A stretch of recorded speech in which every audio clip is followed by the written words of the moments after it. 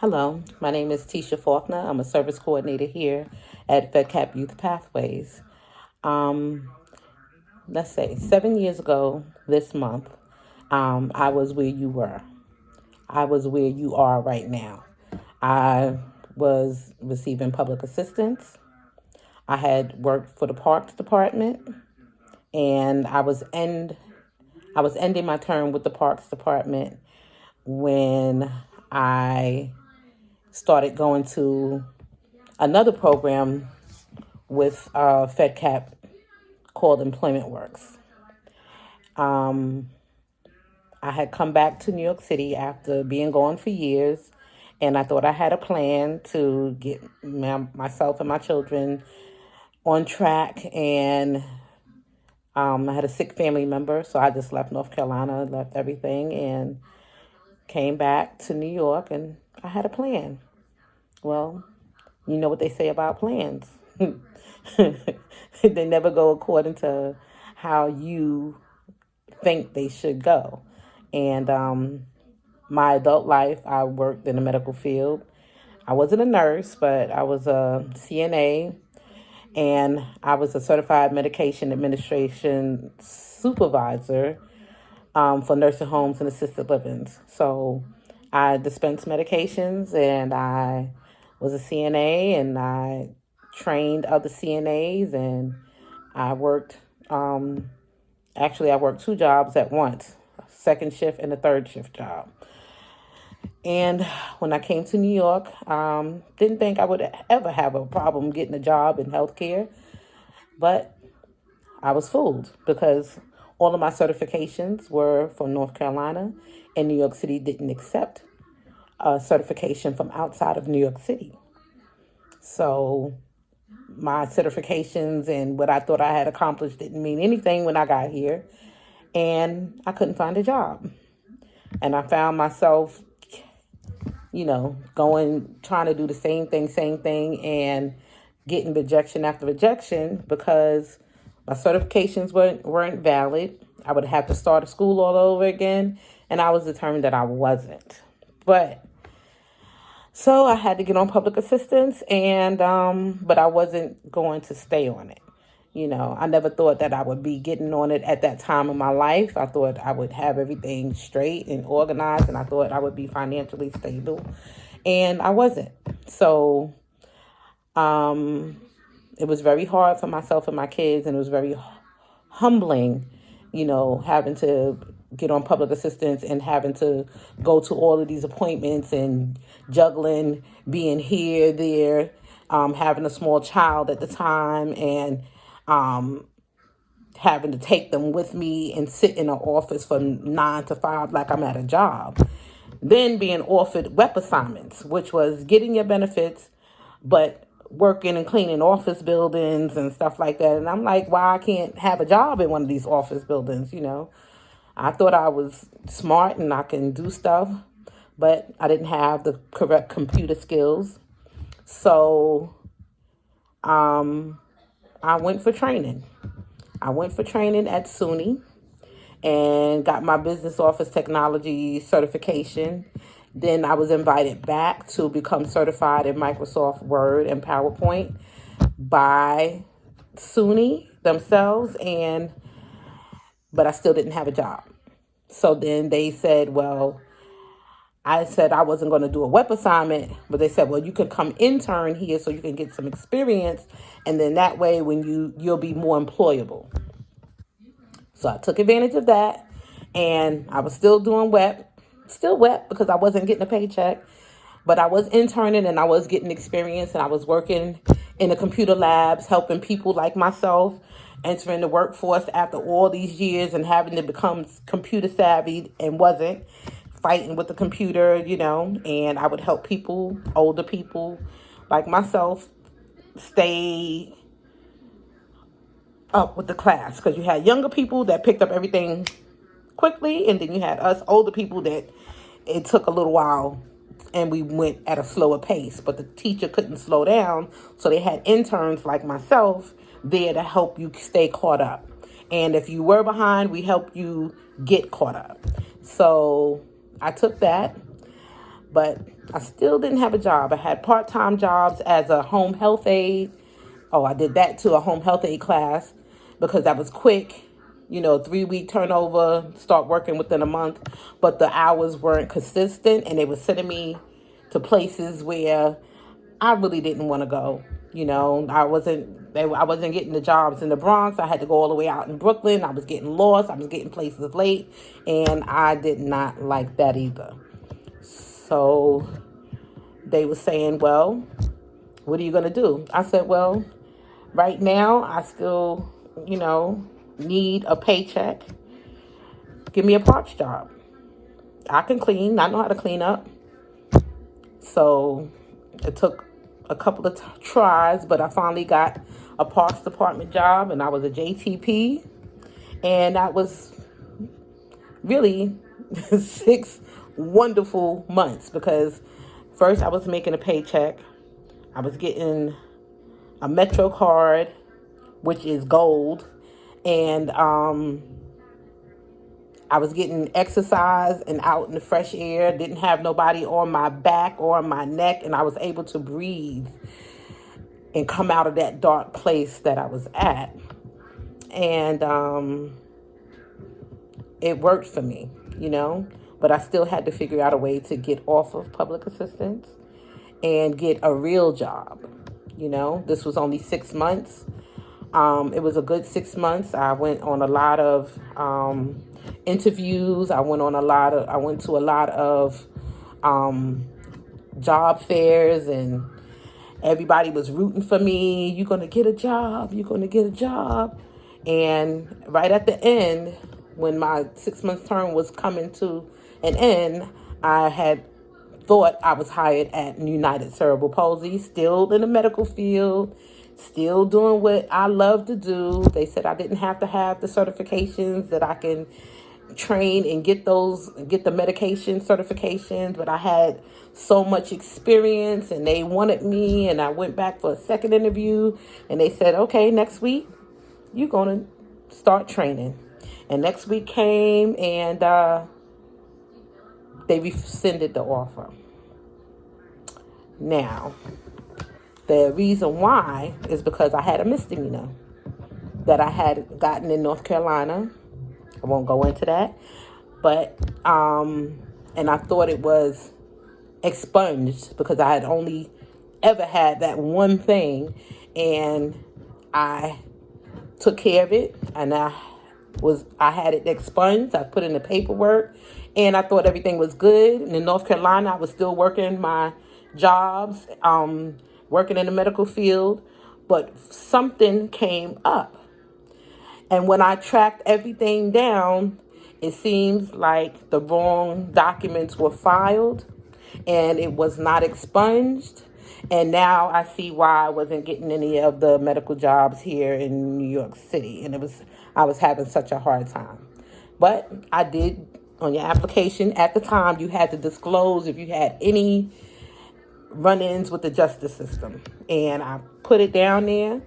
We discussed it. They asked the questions. I answered the questions. And they seemed to not have a problem with it. We want you. You got your experience. You seem to know this really well. And I'm calling because I'm trying to get my date so when I'm starting to train. And they said, my supervisor needs to talk to you. And then they were saying that at this time they could not hire me, which I thought I was already hired. And so I lost that job, and I wasn't in a good place. I didn't want to go to any more back to work programs. I didn't want to go to any more job readiness. I could teach those classes, job readiness.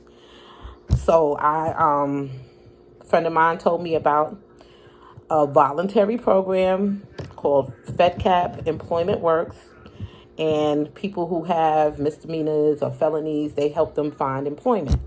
So I went to them, and, I went in the computer lab, and I was only going to look for jobs for an hour or two and get my free Metro card, because that's all I was really thinking about, because I wasn't thinking about, I know how to work. I know how to do a resume. I know how to, I have my computer skills now, so I have my skills up. And I'm like, I was just fed up. And a friend of mine was just saying, just try it. They're going to help you. They're going to help you. I was like, okay. So I met with back then, my service coordinator, and with the job developers, and they said, okay, and we'll see what we can do. And I'm like, okay. And I would go there once or twice a week. And while I'm in the computer lab helping people, I'm trying to do my work. And some of the guys in there, they, had been incarcerated for a long time and didn't know what they were doing. And they kept asking me for help because they seen me doing what I was doing. And they was just like, can you help me this email? Can you help? How do you do your email? How do you? So I'm in there helping them. And I'm like, they need to give me a job up in here. Little did I know that they was listening to me and watching me. And the job developer and my service coordinator called me and said, hey, I have a job interview for you to go to. I was like, okay, where's that? When? They was like, well, it's tomorrow and it's here. I'm like, here, where? They was like, here, the front desk position. The receptionist. I'm like, receptionist? Okay. I didn't know it was an opening. Miss Stephanie is at the desk. And they was like, yeah, but that's not her job. She's just been filling in. We need a receptionist. I was like, okay. And then my nerves kicked in. Crazy. But needless to say, I did the interview. I aced it. I got the job. And 7 years later, in the second program later, I started off with the Employment Works program, which I loved. We did so much good work there, but unfortunately, they ran out of funding. And I was able to secure a job with Youth Pathways because I figured if I couldn't do healthcare, I can take care of people in a different way because I am a caregiver at heart. That's my calling, but I started caring for people in a different way. You guys coming in, and I started off as a receptionist, and a position came open for a service coordinator, even though I don't have any degrees in social work, but I have a degree in life. And the things that you guys go through on public assistance, public assistance is not a job. Public assistance is just that, assistance. It assists you to getting from point A to point B. You get on it, get what you have to get where you need to get. Take advantage of all of the free opportunities that affords you at the time that you're on it. But use it as a springboard to something else, to life. If you don't have your GED, you can get your GED.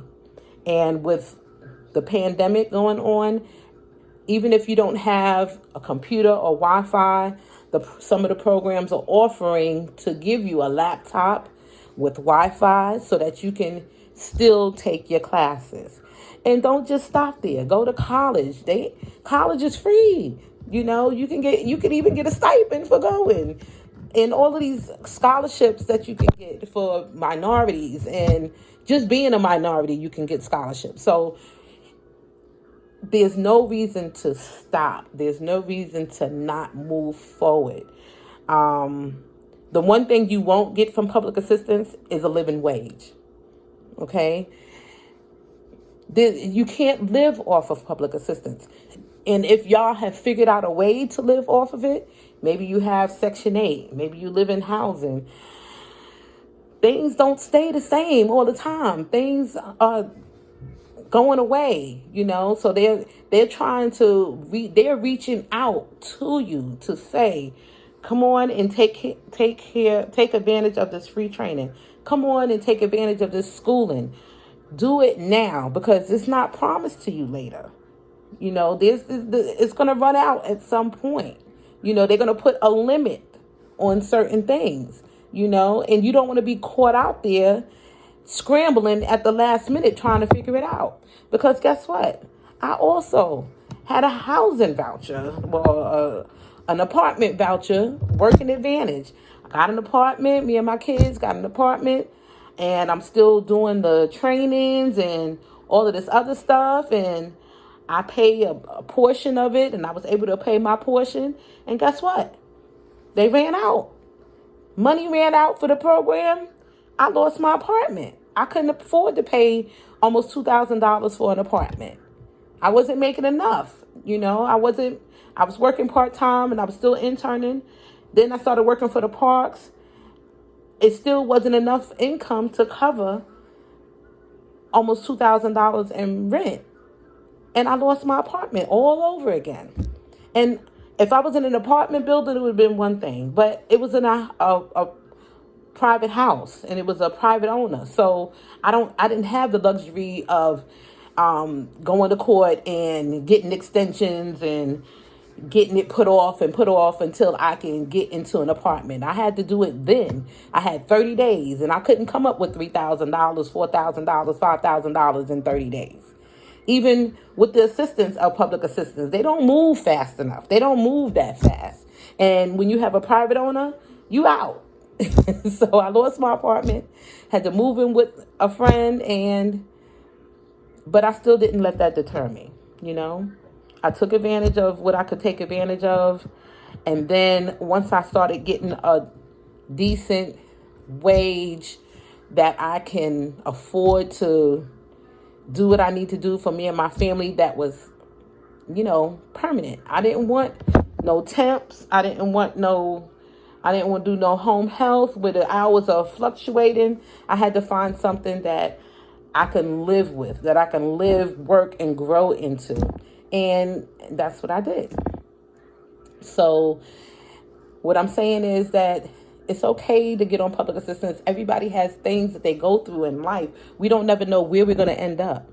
But use it, do what you got to do, and then move on, because it's not even if it's a generational thing. If your mother had to do it, if your grandmother had to do it, they might have lived in poverty all their life, but you don't stay there. You got to move on.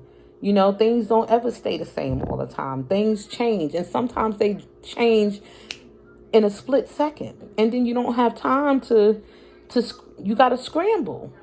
And so you want to be able to get a job that you can see yourself growing into. And this is giving you the opportunity and the time to do this now. When other time will you have that opportunity to just be at home and do training online? Your kids are home, or if they're in school, you have time. You can run out and pick them up. You can take them to school, drop them off, come back in, do your training, run out and pick them up, and then come back home and continue to do your training. Where else what other time will you ever have to do this? It's so important, because if people don't take advantage of these programs that are offering this stuff, the money is going to go away. They're going to say they don't care. They don't want it. They don't need it, because they obviously don't want it. They obviously don't need it, because they're not taking advantage of any of this, So just do what you got to do, so that you can provide for yourself and your family. If you can't take care of yourself, and then your kids don't see you do it, they're not going to. How are they gonna function? How are they gonna live their life? What are they gonna do when they become teenagers or young adults? Are they gonna apply for public assistance? Because that's what happens. Generations. It's grandmother to mother to daughter. Or to son. The guys that are coming home from if they were incarcerated, they come out of incarceration, and they either get disability or they go on public assistance, but they have to be, if they are given an opportunity to train, to go to school and get a job that can sustain them, then that's what it's there for. That's what they have everything set up for. But it's not for you to get on and just stay there. It's just, we got to move on.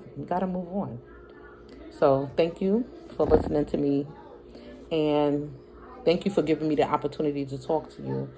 And I hope, that you can see that There are many people in many different situations that have to do what they have to do at the time, but you don't have to stay in it.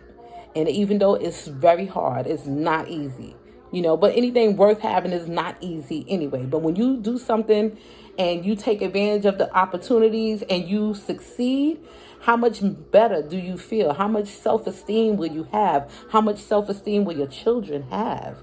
They'll feel good. Oh, my mom, my dad is going to school, he's going to training.